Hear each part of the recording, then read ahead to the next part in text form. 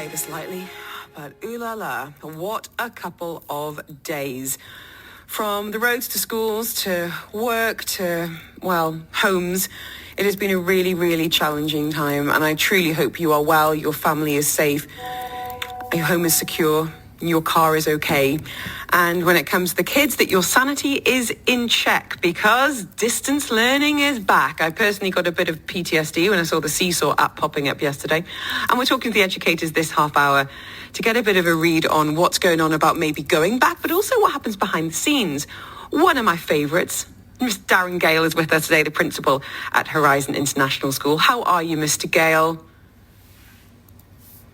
Good afternoon. Lovely to talk to you again. I am here. I'm surviving. We're okay.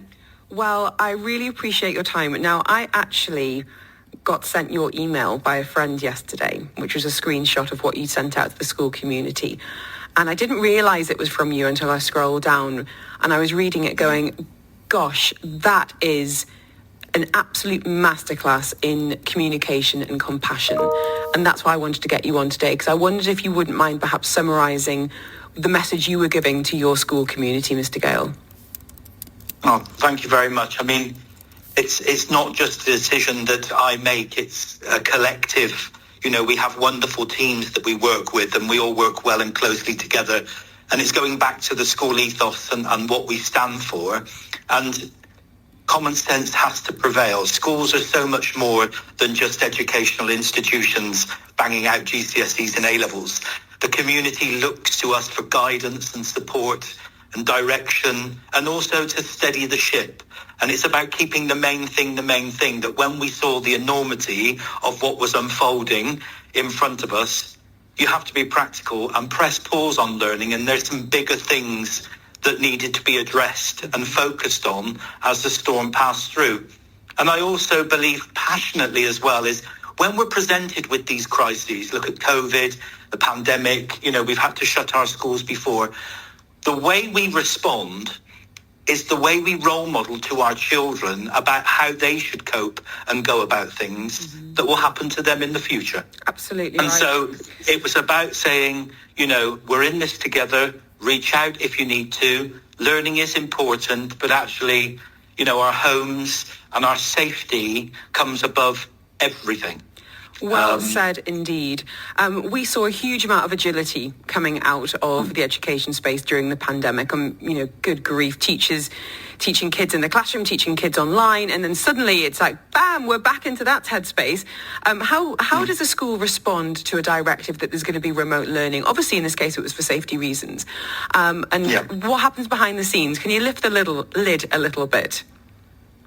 I think coming out of the pandemic, we really had to address and adjust the way we operated schools, and constantly. I don't think there's a school leader in Dubai that doesn't think we could go back to distance learning at a click of a finger.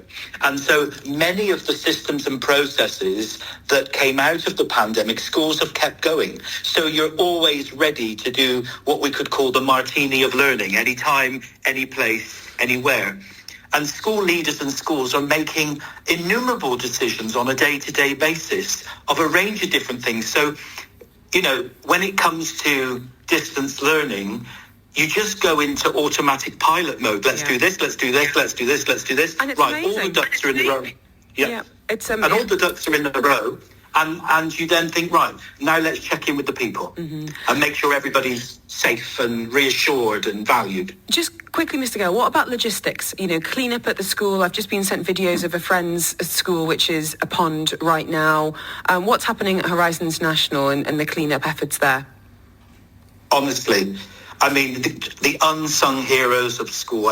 I'm sure every school across this city has had teams working tirelessly, but at HIS, the 36 hours they haven't gone home, it was limiting damage and cleaning up damage, responding, preventing, you know, all across cognitive groups of schools, all pulling together, you know, the will to make sure that our schools were as operational, as safe as soon as possible, unquestionable support and dedication, clean-ups, you know, putting tarpaulin up, adjusting sails, pulling things in from outside, extra cleaners. I mean, it's all going on and still all going on. And whilst we look at the roads and it seems to be clearing up, we mustn't underestimate the clean-up operation that will take some time. Quite right, quite right. Well, well done on all of the efforts. Thank you so, so much. All the very best for the coming days, and well done on everything you've done so far. Mr. Gale speaking to us from Horizon International School. Up next, we're talking to Fortis Education. We've heard that government schools are going to continue distance learning. What do you know about,